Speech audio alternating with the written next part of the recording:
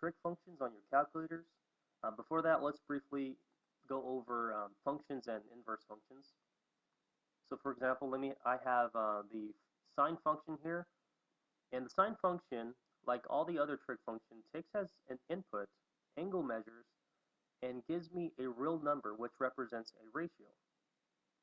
For example, if I take pi over 4, which is a angle measure in radians, if I evaluate the sine function with pi over 4, what I get is square root of 2 over 2. And if I evaluate the sine function at pi over 6, it would yield 1/2. The inverse function does the inverse of that.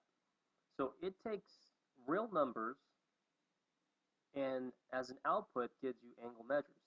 So this comes very handy if you know the ratio of sine theta, but you don't know theta itself. You can solve for theta using the inverse function.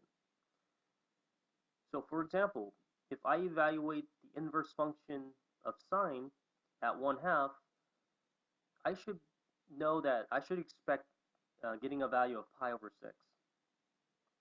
Now, how does that look like using a calculator? How do I perform the inverse function in the calculator?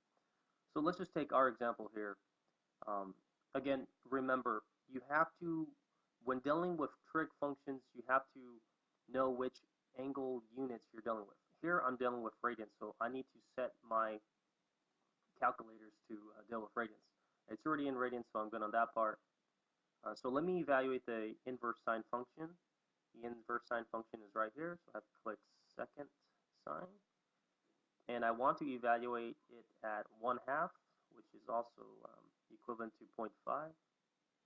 So what I expect to get is pi over 6. Click enter. Now, this answer obviously doesn't look like pi divided by 6, but my calculator, the TI-84, gives an estimate of that. So approximately 3.14 divided by 6, it gives me this. All right, so if you have any questions regarding either the using your calculator for evaluating inverse functions or